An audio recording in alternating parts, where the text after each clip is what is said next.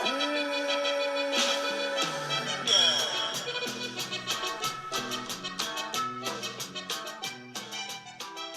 Mija, this is Dayana, And I'm Ana Rosa, and this is Mija, let me tell you. a space for growing, healing, and figuring life out as first generation Mexican immigrants.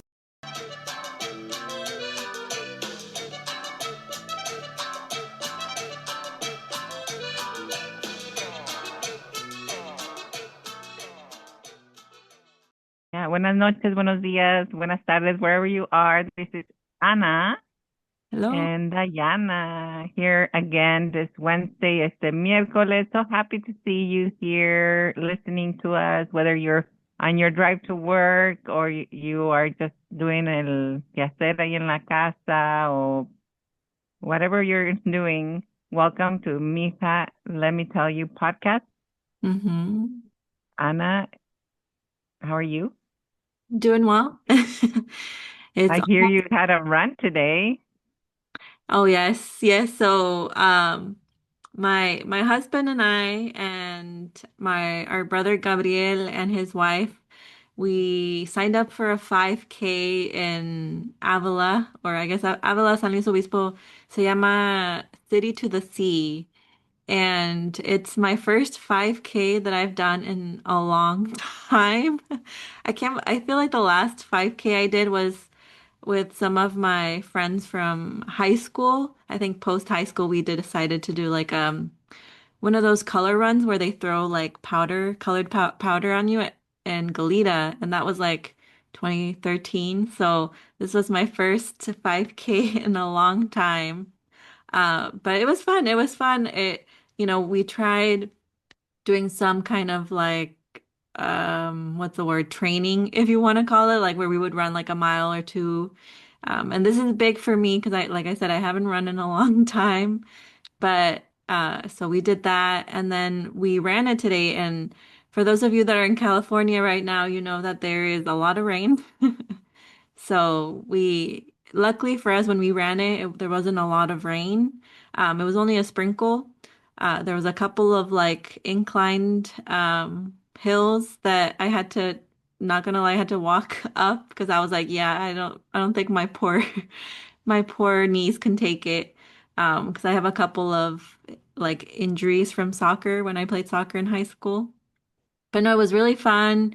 And like towards the end, people are cheering you on and like it's just a lot of fun. Once you cross the finish line and you know you're done, you get your medal and we actually got like fruit and like water, and then our ticket actually came with like a meal también, so that was pretty cool. Yeah, we got a tri-tip and a bag of chips, but yeah, it was fun. It was one of those things where it's like my husband and I, we when the year started, we're like, okay, we need to do a run together. And we did it. We crossed that off our to-do list for this year. So just in time for, I know the year's about to end in a couple of months. So I'm glad we did it. Much fun. I know that when the year started, we did like a little bingo. Maybe we can share like towards the end of the year with our audience, Yeah. our propósitos del año and how far we got to them. And Yeah. then maybe we can start a refresh and do another one for the upcoming year. So that's something my sister and I, we were in Mexico and we were like, let's do something diferente para el año nuevo. And so hicimos como una tarjeta de bingo, like a bingo card. Hmm. And we put on each space something that we wanted to accomplish this year. So maybe we can share it out. Some chisme time ahí, que se enteren de how far we got into our goals. And it's okay if we didn't meet them all. We can always strive to get them done for el próximo año, Yeah. right? It's never too late or Yeah. never too early either. And I know, thank you, Anna, for sharing. I saw some pictures. I was like, I can't join you that early with my two kids and, rally everybody in the car, but it was just send me some pictures. I want to see what it was all about. And it seems Yeah. like you guys were all bonding together too. It was an experience. So Yes. No, it that's was a lot awesome. of fun. It was a lot of fun. You guys were there in Cool. spirit. It was in spirit because Yes. even yeah, I was like, no, it's raining, kids, and like I was like, no, like it's and a 5K, you get done in like half an hour and you're done, so you're good, you're good. Maybe next year we can do it together. Yeah, yeah. Ahí me apunta. Last last week we talked about our loved ones and we shared experiences about the traditions in Los Guerrero and just remembering our loved ones. We remember them every day, of course. Todos los días los recordamos. But this is a very during El Día de los Muertos is a time where you especially take the time to really live the tradition with your family. And so this episode, we're going to talk about la experiencia of going to grad school. So, grad school. Okay, so what did we major in our undergraduate? And undergraduate means those 4 years of university, right? So los 4 años universitarios se llaman undergraduate studies. Hmm. ¿Y qué estudiaste tú, Ann? I see. So like we kind of talked about it. I went to UCLA and I studied psychology was my main major. And then I had a minor in disability studies. And you, Koma, what did you study for your undergrad? I studied anthropology. I wanted to be an archaeologist. And within the rama de anthropology, there's cultural anthropology, there's archaeology. Um, and so both of them, which is cultural anthropology and archaeology, are very dear to my heart. They're a little bit different. Archaeology studies like, lo como ves las momias y todo eso, los que descubrieron todo esto. And that is like, interesting to me. But also the other side of the culture, which is the history, the story, the traditions and how people lived in the past. That was all very mi mero mole right there. Okay, so I did anthropology, but I also wanted to study Spanish. I love Spanish and studying and how I felt in high school. So I double majored in anthropology and Spanish. Hmm. Oh yeah, I remember I remember we would always watch The Mummy, La Momia, The Mummy Returns during summer breaks. And or like documentaries from like the History Channel. Yes. And then the King Tut exhibit came to LA and I was there with Hmm. my husband. So I love all that. I love the Inca, the Mayas, the Aztec, the Egyptian, kind Hmm. of that those are my top civilizations of all time. Hmm. But uh bringing it back is like grad school because what came next, Anna? So you graduated from UCLA, you had the festivities. ¿Cómo lo celebraron? A ver, dinos, how did you celebrate your graduation? Graduation, I Hmm. think we had, I think it was at Sunny Fields in Solving, and I think we had tacos maybe, or no sé si mi mamá hizo birria. I don't remember, but I remember just being surrounded by family and just like celebrating an accomplishment, you know. Like we've talked before, not a lot of our family members have gone to college or graduated with a bachelor's, so it was exciting to kind of be there. And I think mi Papa Toño was there, I remember. He was celebrating there with us, and it was just a fun time. How about you, Koma? How did you celebrate graduating from UCSB? Do you remember?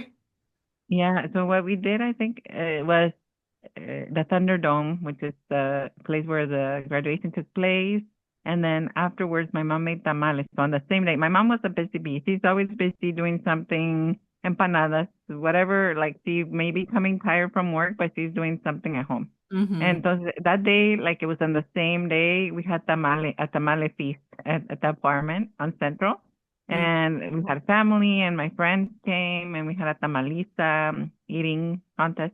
We all ate tamales and I just remember it was a fun time. Everybody was there, nuestra familia de ambas partes. It was a small apartment, but the love was there. Mm-hmm. Entonces you don't need to have a big place and stuff or something really like we've talked in the past, very fancy. It's just what the environment and the people who are there, they make it what it is. Mm-hmm. And And see, I was the first person in my family to graduate, so my parents were excited. We didn't even know how things were. I don't know. Okay, so graduation, how does that happen? We were all like learning. Mm-hmm. And so I remember my mom gave me like one of those lace flowers because I always wanted one. And so she like made one. I think there's a picture of her actually putting it on me. I just remember it. And so it was very, I have a video of it, of the graduation, and my mom has all of our pictures. Mm-hmm. I and Yeah. so very, very, very important celebration of, and it was just not our celebration, it was celebration of La Familia. Everybody contributed to that logro in one way or another. Mm-hmm. Yeah, I agree. We our accomplishments are a reflection of the support that we get at home too, and couldn't have done it without everyone's support for sure. Yeah, so let's talk about like what came next, next steps. Okay, ya nos graduamos, ya celebramos, everybody's happy. What came next? Like, what were your next steps? Like, were you thinking straight to work? Were you thinking I need to go to grad school? Like, what happened? So for me, I remember thinking, okay, well, okay, done and did. Okay, what's next? Grad school. And I know that for me, for grad school, to get into an occupational therapy program, I had to take some prerequisite classes, such as anatomy. There was anatomy and a couple of like art, like there was one art class I needed to take and maybe like a stats class that was like due. Like I had taken it at UCLA, but like they needed it within like the past 3 years or something. So I had to retake that. And so I was like, okay. By then, I think my family moved to Santa Maria that summer that I graduated. So me quedaba close to Hancock, Allen Hancock College, which is a local community college. And yes, Diana represents. Shout out to Hancock. Um, but yeah, so I remember kind of just focusing on that and taking like night classes. I had to take anatomy, which was actually a really hard class. It's one of the hardest classes I've taken. Like I've mentioned, AP Euro was difficult, but like also anatomy was a really hard class because you have to learn everything about the body, every like bone, every muscle, like it was a pretty intense class for me, but I had a really great teacher, Miss Mullen, I believe that's her name. Shout out. She would like stay after like hours and like open the lab so we could look at like bones and would help us kind of memorize like all the different body parts and just different things we needed to remember for the tests. And she was like a pan, como dice, pan de Dios. Like she was really nice and supportive. So I had to take those prerequisite classes, and I took, I think, also art at Hancock, and I took that stats class. And meanwhile, I was taking those classes, I was kind of working as a tutor for a student, and I was also working at Hancock part-time as a TA for an English teacher there. So kind of trying to take those classes, but also continue to build up my resume, right? That I would need to submit for grad school. And how about you, Koma? What did you do in the meantime? For me, after I graduated from UCSB in 2009, the next year over, I got married. Oh, I got yes, married yeah, in big business. 2010. Yeah, we were, Manny and I had already been together for a little bit, and we made plans to get married. Mm, And so I took so if I got married, I got done in 2009. I took about like 2 years off. And I honestly, I was a little feeling that a void, what came next. Of course, I was the first person in my family, so it was like anything that came, like I was finding out on my own. hmm And I was like, I have a sign in my office that says, "Not everybody that wanders is lost." And I have it for a reason because that's been my journey. hmm And what happened, I was just exploring what would I like to do. I like helping people. I like talking to people about their culture and, their lives. And I like education. I did some substitute teaching meanwhile, and I was like, nope, studying kind of, I mean, obviously it's not the same as teaching because you're like thrown into a classroom, like, you don't even know what the dynamic in the classroom is. You're just like thrown into the classroom. Mm-hmm. And I was like, I like one-on-one. And little by little, I started to explore, and then I was considering being a school counselor. And so I remember one summer we took a psychology class at Hancock. I don't know if you recall, Yeah. sister. Lompoc? And in Lompoc, at the Lompoc Valley Center, we took a psychology class. And I remember we rented the book or something. By that time, I was able to drive. I'll share a little bit about my story. I've had anxiety of driving. It took me a while to get my driver's license precisely because of a I was afraid to drive. I got really nervous. And throughout my undergraduate, I didn't have a driver's license. But before getting married, Mm-hmm. I got my license and I passed it. And I think that opened a lot of opportunities for me because now I could drive. And we lived in our first year of marriage, we lived in Los Alamos. Mm-hmm. And so I was able to drive. We went to school in Lompoc and we were taking the psychology class. And by then I was contemplating, I like just learning about people, how they think, how they interact. And I was like really going towards the educational side of things. And I was like, why not a school counselor? Why not? And I started kind of exploring a little bit about what was around me. Obviously, I was married, so I couldn't really move far away. That was our situation. Mm-hmm. And I remember the class ended and I went to Hancock to turn in the book to the bookstore and there was someone tabling there from University of Laverne.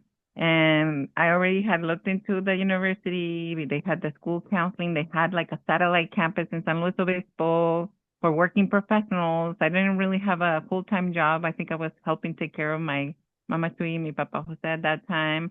And I didn't really have a full-time job, but I was looking for a job and I was like, oh, I want something that allows me to work and go to school and continue growing professionally. So, ta-da, I am Hancock, right? Start here, go anywhere. Mm-hmm. I encountered this tabling from University of Laverne and I asked them questions. Oh, like I'm interested. Do you have that program? And they're like, yes, we actually have it up here in San Luis Obispo. It's a satellite campus. And guess what? There's an orientation this weekend. Mm-hmm. And I was like, oh my goodness, like so fast, this orientation. Like I told Manuel about it and I was like, ¿quieres ir? Nos vamos. We don't lose anything. It's an orientation. They'll talk to us about what's going to be about. And so we did. We signed up and we went to the orientation and the rest was history. I started that program. And what I really liked about the program, even though it's a private university and it costs a little bit more dinerito, I was not afraid, right? I was like, no, this is where I'm going and I'm committing to it. Um, but when we went, it really called to me that we had the master's degree, but they also have the pupil personal service credential. So I have both. I have the PPS credential, which allows me to work with the K through 12 school system if I wanted to be a counselor within that system. But also with my master's, I could do like university or community college. So for me, it was like, oh yes, it's gonna be a little more investment on my part, but it's going to allow me to have more opportunities, especially since uh, school counselors, there's not like many opportunities of open positions that happen, right? Because we obviously have a lot of teachers, school counselors, even though we need them, right? We do, it's a need for Mm-hmm. many reasons. There's not a lot of them around and opportunities don't come open, all the time. So I wanted to have the broader opportunity. So we, so after that orientation, decided to sign my life away, right? I'm committing to this. And Mm-hmm. I knew it was going to be a challenge because during that time I was like getting confident in driving. So I would drive from Los Alamos to San Luis Obispo. The classes were like a couple of times a week for working professionals. At that time, I didn't have a job. But soon after starting, I landed my first job, my real big girl job after college. And that was at Salinas Valley People Helping People as a family resource coordinator. Mm-hmm. So, and then it became a little more challenging working full time. and being at school, and but we made it work. Yeah, how were the classes for you? Like, did you have projects you needed to do or kind of what was Yeah. the setup? Yeah. Yeah, so at that time we didn't have kids, right? We decided to wait. Manuel and I, a lot of people would be asking, of course, like, ¿cuándo van a tener hijos? And I'm like, you don't know what's going on right now. It was just very busy times, full-time work. We're trying to establish ourselves. We're newly married, right? I started my grad school in 2012. So Mm-hmm. it was 2 years into newly married. And we were, I was commuting to work and I was commuting to school, and there was a lot of projects. Those classes, there was a couple classes like we were on Wednesdays or Saturdays, and Manuel was right there with me sometimes. And then in the middle of that, we moved to Buellton from Los Alamos to Buellton. And then I remember Manuel was always my companion there. Like I would be late, staying late up night, and then going to work really early in the morning. And because we had papers, we had like projects to turn in, and he would like fall asleep on the couch, and that was his moral support. I'm here with you. I'm sleeping on the couch, pero te estoy haciendo aquí compañía. And Mm-hmm. it just kind of like talks about that support system. Before it was my family, and it still is my family, but now, as a married person, my partner in crime was there with me ahí dormidito para que me estaba echando porras ahí. Mm-hmm. um, and so, I felt accompanied because, I would be staying up late. Mm-hmm. Yeah. And how long was your program? It was 2 years. 2 years, yeah. Hmm. Oh wow. It was 2 years. So that was that journey. But, Mhm. so you talked about Hancock classes, prep courses. How was your journey into grad school? Yeah, so I finished my courses that I needed to take at Hancock. And then I started looking for programs. And the thing about occupational therapy in California is that there's not a lot of schools that offer that program. So I remember, and a lot of them are private schools too, which is a bummer because that really limits who can become an OT. Like only certain people can afford, certain things. But luckily there's Dominguez Hills, Cal State Dominguez Hills down south, and there's San Jose State up north that offer the program. And so I applied to Dominguez Hills because I was like, okay, LA, I know LA. I went there for undergrad. I'll try again for grad school. I applied. I did not get accepted. I remember even calling the admissions and like the admissions officer and being like, okay, how can I improve my application for next year. And so she said that, everything looked great just to try improving my GRE exam. So it's an exam that I like back in the day you had to take to get into grad school. I believe a lot of grad school programs have waived that test now. Because, some people are just not good test takers and it's one of those and I remember like getting all the books and studying them and I took it, I want to say a couple of times to see if I could improve my score. So that was the first year. And I think I took like a 2 year gap year as well, like yeah, 2 years. So I was like, okay, I'll try again next year. The following year, I widened my net a little more, and I applied to San Jose State. I applied to Dominguez Hills again, and I applied to USC because as when I was in high school, USC was one of those schools I wanted to also attend. But they didn't accept me when I was a high school graduate, but UCLA did. And it's funny because they're rivals. So I was like, of course, I'm going to go to the rival school that did not, of the school that didn't accept me. So I applied and I heard back from Dominguez Hills, I believe I didn't get in. I heard back from San Jose State, I did get in. And then USC, I was waitlisted. So I had to still wait to see if I was even going to go there. And I remember talking to my boyfriend, now husband, because we actually met within that 2 year gap year. between school. And I can talk a little bit more later about kind of like he thought I was done with school, and I was like, actually, I'm starting school again. But maybe we'll. Eh? Like surprise. I was like, surprise, I'm still in school. But he was very supportive, and he like sat next to me and we went through like the pros and cons of like going to a private versus San Jose State, and because he worked at a bank at that time and just is good with numbers. And so at the end of the day, I was like, you know what? I'd rather go to a school where I can afford it and I be able to like sleep at night knowing that I don't owe, because I think USC it's like hundreds of thousands of dollars for 2 years, and it's you know, not it. So I was like, okay, San Jose State sounds great. I've never been, but it'll be a new experience. I went to LA, like I went to school at a big city. San Jose is another big city. It'll be fine. So I ended up going to San Jose State, and I mean, it was an awesome experience. I met a lot of great friends like Allison Wu. We had her on our podcast. I met her. Dayana was my roommate. She was my first friend at San Jose State. Shout out to Dayana.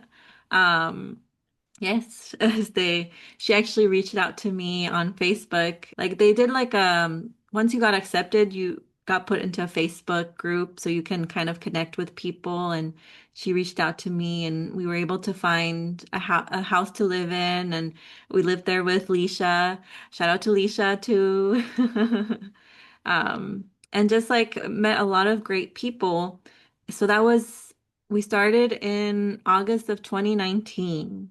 So, so we started August of 2019. So we had kind of um, yeah, full couple of months of school. And then, you know, everyone knows that 2020 was a wild year for any inhabitant on Earth.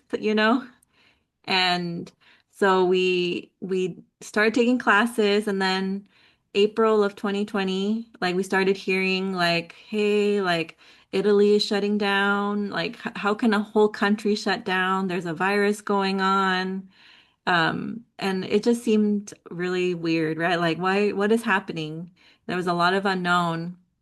And lo and behold, we went to spring break. We went on spring break, I believe, and we're like, okay, we'll go on spring break. There's stuff going on. There's a virus that's happening, but we're not sure what's going on. And I remember I came back and they're like, hey, like they're gonna start having, I don't know if it was curfews, but like people weren't supposed to be out at a certain time or like stuff like that. You started hearing things like that, like they were only letting people in at the grocery line, a couple people at a time. And like it was just a whole experience within itself, like to be away from family again and experience this by myself in San Jose. And a lot of unknown was happening. And then all of a sudden they said, we got an email saying, hey, the classes are going to be temporarily online. And we're like, okay.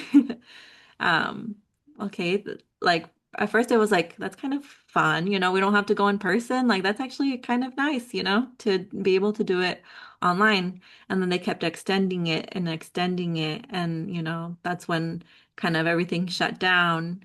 And like that year up until I want to say the next school year, like the next August, I believe everything was online. All my classes were online. And occupational therapy is a very hands-on profession. We work with different clients. Like I've mentioned, we work with babies up until people who are in their um, later in life, and we do like physical transfers, and we help with those type of things in certain settings. So I remember it was just a wild time. Like we would have labs where they would teach us um what's it called, like the transfers, but it was only like 5 students were allowed at a time. We had to wear our PPE, and it was just like a mask over another mask. And then we had to wear, I believe it was like trash bags almost like to cover our body, gloves, and we were only allowed to touch each other to like help with the transfers. Like I think at times we even had to do like pretending that we were moving the patient without even touching the person. So it was just one of those things where it's like, what is going on? Like this is not the normal, you know? And part of me too was like, can you imagine me paying hundreds of thousands of dollars to go to USC where I would have like the world would shut down and everything would have been online too. So on one part I'm like, okay, I'm lucky that I went for the San Jose State um program because it was just like not what I imagined grad school was gonna be like, right? But like I said, like I had a great support system there too with all my friends and everyone was just kind of going through the same thing together. We would like have like you would keep your circle small, especially during those times and I'm happy that I had the people who I had in my circle because it was just a wild time. Pregnant with I my was first child during the pandemic. You And were so, pregnant, yes. yeah, and by the time that I remember you had your graduation, the Mm. graduation, tell us more about what happened because we had it at my mom's house, remember? Yep. Um, so how was your graduation in the midst of all this happening? Yep. So once graduation came, because typically, when you graduate from your OT program at San Jose State, you do like typically they do a big ceremony and your family comes to the school and it's just like a regular, like a regular in-person graduation. But for our year, they unfortunately had to do our graduation online. So it was kind of everyone was at their homes or, with their loved ones. And uh, it was kind of like a big Zoom graduation, if you will. Like they called our names through the screen and that was it. You didn't get to celebrate with everyone else, like what was my like high school graduation where you got to sit with your classmates and for a last time and celebrate together the accomplishment. But this time around it was kind of everyone in their own circles celebrating. So I remember we kept the party small. I think it was like just the siblings and my mom and I forgot what my mom made, but maybe she made like tacos maybe. And we actually invited my husband's parents too. He was my boyfriend then, but parents that so they were there and I think mi tío Yeyo and mi tía Ina were there, but it was just a very small, intimate gathering because um, it was just the times, and um, it was just like I've mentioned before, it was just a weird time. And I do have to give a shout out to Jack, my husband. He was my boyfriend during grad school, and I feel like he was also a very strong support, especially during this time during COVID, where we would talk every night and just it kept me sane a little bit, considering all the things that were going on. So we were talking about how Manuel was that support for you, and like I've said, for me, Jack también was that support. They can only understand so much what we're going through, but just their presence and like the small texts that I would get throughout the day, just knowing that he was thinking of me and like rooting for me was really important for me. And I have to tell you one story también que one time, so we were long distance for this time. Um, and then like he came over, he was gonna come over the day after Halloween, one of those days. I think I think that first year. He was gonna come the day after Halloween. So I was expecting him the day like after Halloween. So I was like, he's like, "Oh, what are you doing for Halloween?" I was like, "Oh, I'm just gonna pass out candy here. Um, my like Dayana wasn't gonna be there, and I think Leisha was gone. They all went home or something for the weekend. So I was like, I'm just gonna pass out candy and play it low key, and que no me llega this guy with a máscara. I don't even remember what the máscara was. I think it was like, I don't know. I wouldn't even say maybe like a devil máscara that he got from the dollar store or whatever. So I didn't know it was him. And all of a sudden, a guy approaches me or approaches the door as a trick or treater, but he's tall, and I was like, okay, like whatever, a teenager. I don't know. I'll give him candy, I guess, you know. Yeah, yeah.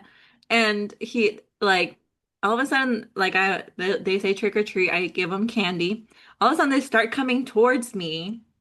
I take a step back, and they start coming into the house, and I was like, Wow. okay, like.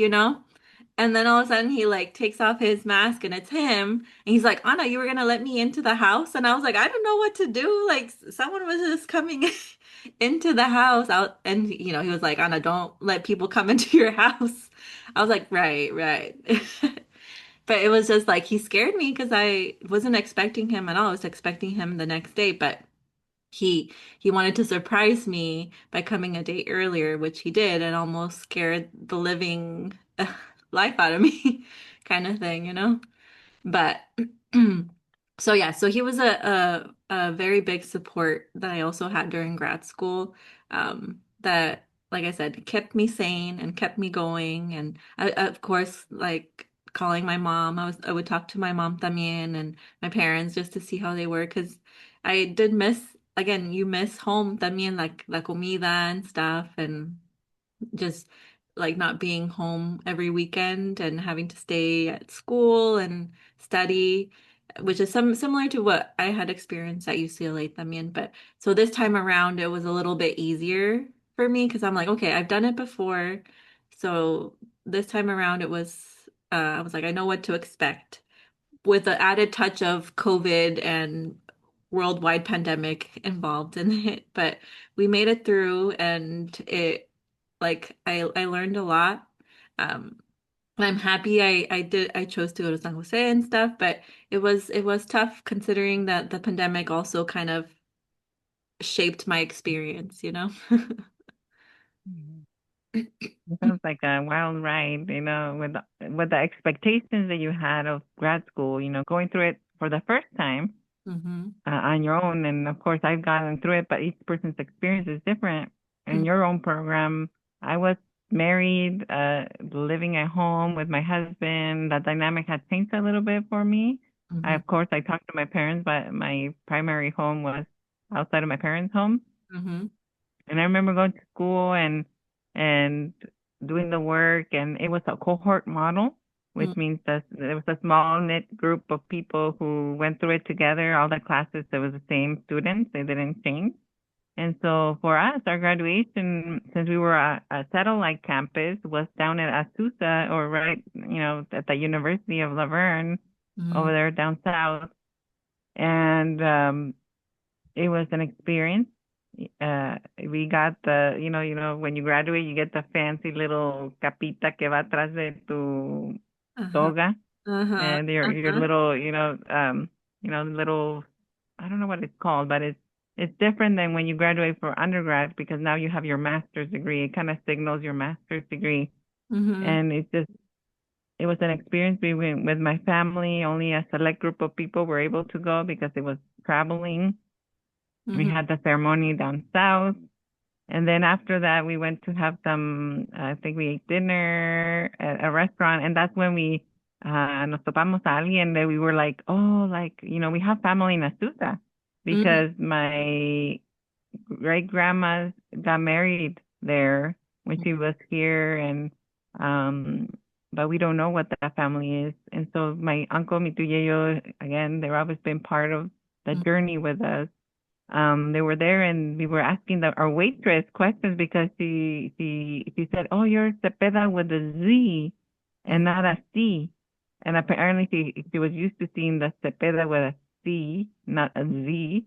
And so we were like, "Oh yeah, this is how it's spelled." And we were kind of doing inquiries. My uncle was kind of like, "Oh, who are your parents?" Who, we were like, like asking too Yeah. much questions of the waitress. Probably she's like, "Oh man, these are strangers." But she was really nice. And it was just fun experiencing that.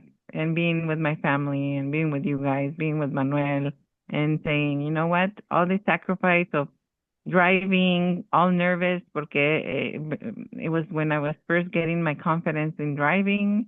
And I remember I would leave it extra early just to be there on time and, coming back late on Wednesdays. I didn't come home till like maybe 9:30 and then sometimes do homework and then al siguiente día go to work and do more homework because grad school is a little bit different. And so I remember that was a fun time. 2 years went by fast. 4 years went by fast in your undergraduate. And I know you talked about, para devolver a little bit of plática, you talked about funding, right? Because after your undergrad, you don't have certain aid available anymore. You still fill out the FAFSA, but you don't have like the free money available to you anymore. Yeah. And so applying to FAFSA means being eligible for loans only. Mm. And so kind of navigating that was Yeah. definitely being okay. Honestly, I took out loans Mm-hmm. to fund for my education. And after the 10 years of service, now they've been forgiven. So I was so happy about that. Yes. No more loans for me. But I know it was hard because all my life I've been like, no, no te endeudes, no te endeudes, and for us to take this on, it was definitely, imagine, Yeah. kind of something to think about, right? What was that experience for you? Yeah, well, even like we've talked about, like the Gates scholarship is gonna pay for my undergrad, and I don't have to pay for anything, and and it was an amazing experience. Uh, but the thing about the Gates is once you're done with your undergrad and you're looking into grad programs, they only support certain avenues. They only support certain programs, and I think library science, like math, um teaching. I think if you want to become a teacher, it also supports that. And so what I wanted to do, occupational therapy, unfortunately wasn't one of those programs that it would support. And believe me, I like looked and I see it, okay, like how can I make it fit so it could be paid for? But unfortunately, I was told, occupational therapy is not part of those realms that we support. So as hard as it was to kind of be like, okay, it's either do a program that will be fully paid and I might not like, or do something that I am passionate about and I really want to do and take out loans.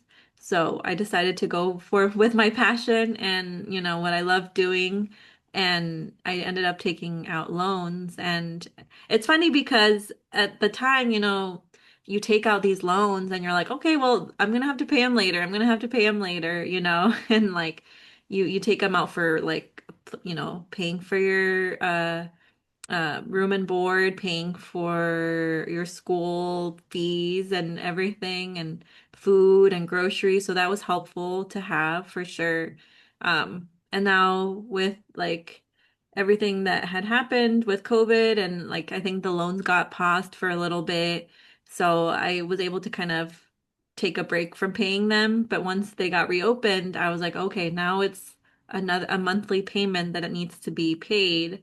And it's almost kind of like a car payment, it's like if you were to buy a new car, it's almost one of those kind of payments. And I was like, it's an investment for my future, and it has been because I feel like I remember going to university tours and just seeing like the amount you make when you go to certain levels of schooling, increases.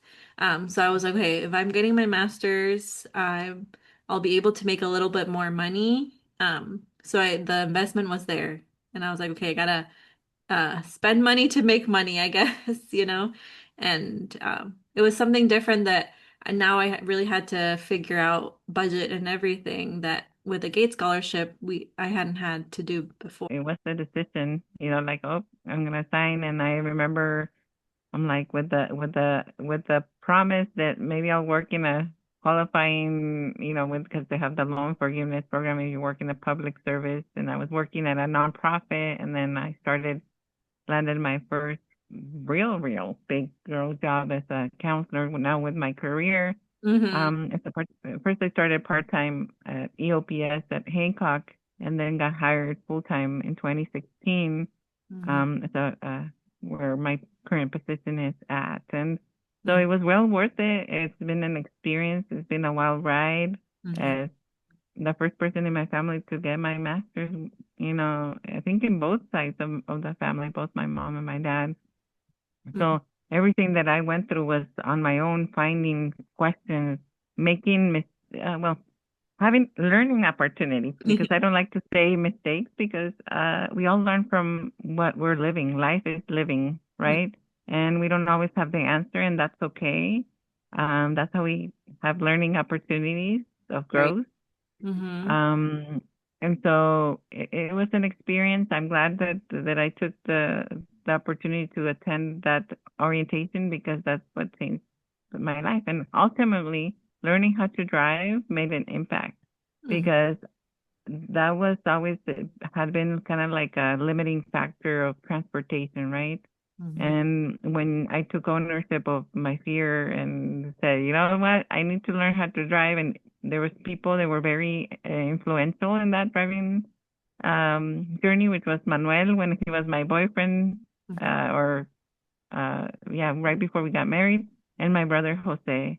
They were both essential. Jose would tell me, si quieres ir a la tienda, you need to drive. I had my learner's permit, and I already had my learner's expire, I believe, like twice almost. I think I was in my second learner's permit. The first one expired because I never used it. I was so afraid I didn't even try. And then the second one, with the help of Manuel and Jose, I was able to take it. It was months. I think it was a weeks away before expiring, and I passed the driver's test on my first try. Mm-hmm. And getting out of that comfort zone I feel made that difference because otherwise I wouldn't be able to. Manuel was working, everybody else was working. I wouldn't be able to go to grad school because I would be depending on transportation or how Mm-hmm. do I get there? And so it made a big impact and difference. So I'm grateful for that opportunity to be able to surpass that fear. Mm-hmm. And anyone out there, if you have a fear, si tienen algo de miedo, sometimes we shy away from it. I did. I'll be honest. I did for the longest time. But I confronted my fear and it was really nerve-wracking. I would sweat. I would be nervous. I would it was anxiety provoking.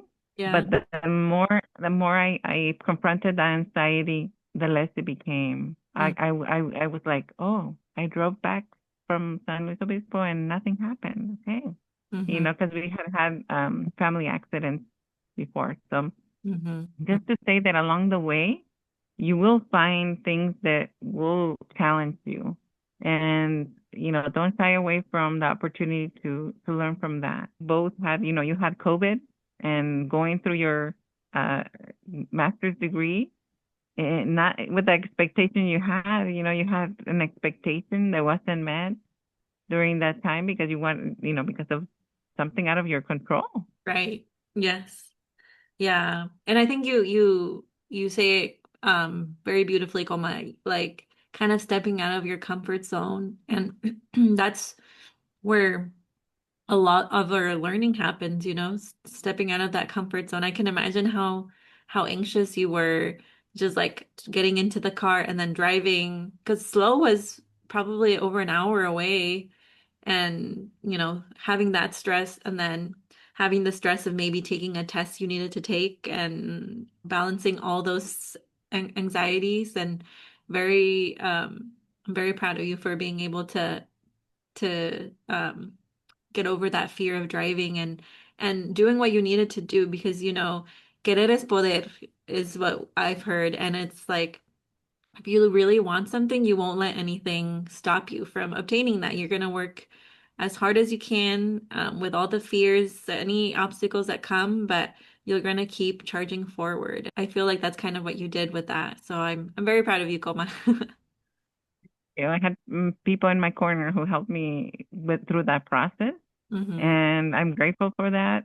Um, but it was something, sometimes you look at us and be like, oh, it came easy. You don't know what went in through the process. And so everybody's in their own journey. Mm-hmm. And we just want to say that if you're in your own journey, that always find the people who are there to support you and cheer you on. Mm-hmm. Sometimes it's not going to be your family. Mm-hmm. Sometimes I get students who are like, my own parents don't want me to be here in school. They want me to go to work, but I want to be in school. Mm-hmm. And so it's just there's people who are made fun of because they're like, well, why are you wasting your time? It's not going to lead to anything good. Instead, come and work and make money. Mm-hmm. And sometimes it's just an investment, Mm-hmm.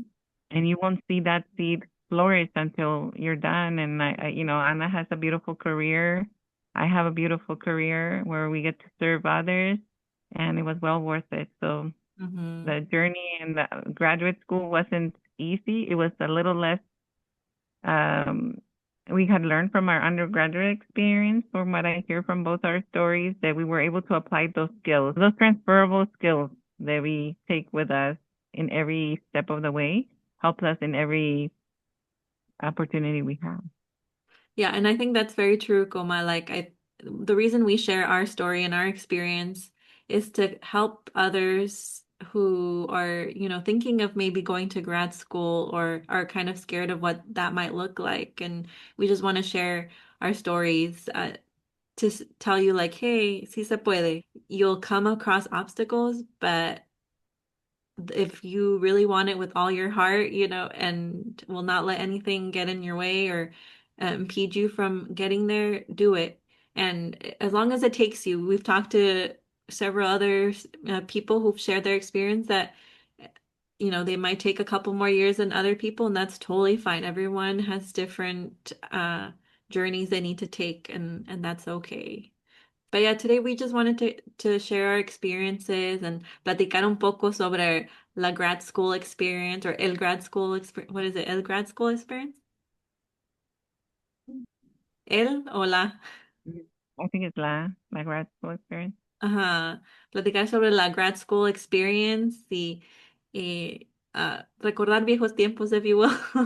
It was fun kind of remembering kind of our journey and how we've gotten to where we are now. And but yeah, so thank you for listening and tuning in to our podcast. Again, we are forever grateful that you guys are tuning in and listening and just hanging out with us. We've been enjoying it a lot. Yeah, I know my coma Dayana and I have talked about how like we want to open up open up the floor for questions, and so we'll send out a little questionnaire about preguntas or questions you guys want to ask us for a little uh café chisme time, como dice mi coma, with Ana and Dayana, and just to kind of for you guys to get to know us a little more. And I think it'll be nice just to traer su cafecito and platicar. Anything you want to add about that, Coma? And I know we've kind of shared out our story, but we also want to hear you ask the questions of us. So if you send them ahead of time, we can look through them and then do have some cafecito and chisme, Mhm. and we just have a nice time as we are, reminiscing on life. That would be so fun. And again, thank you for tuning in and listening. Con gratitud, this is Mija. Let me tell you.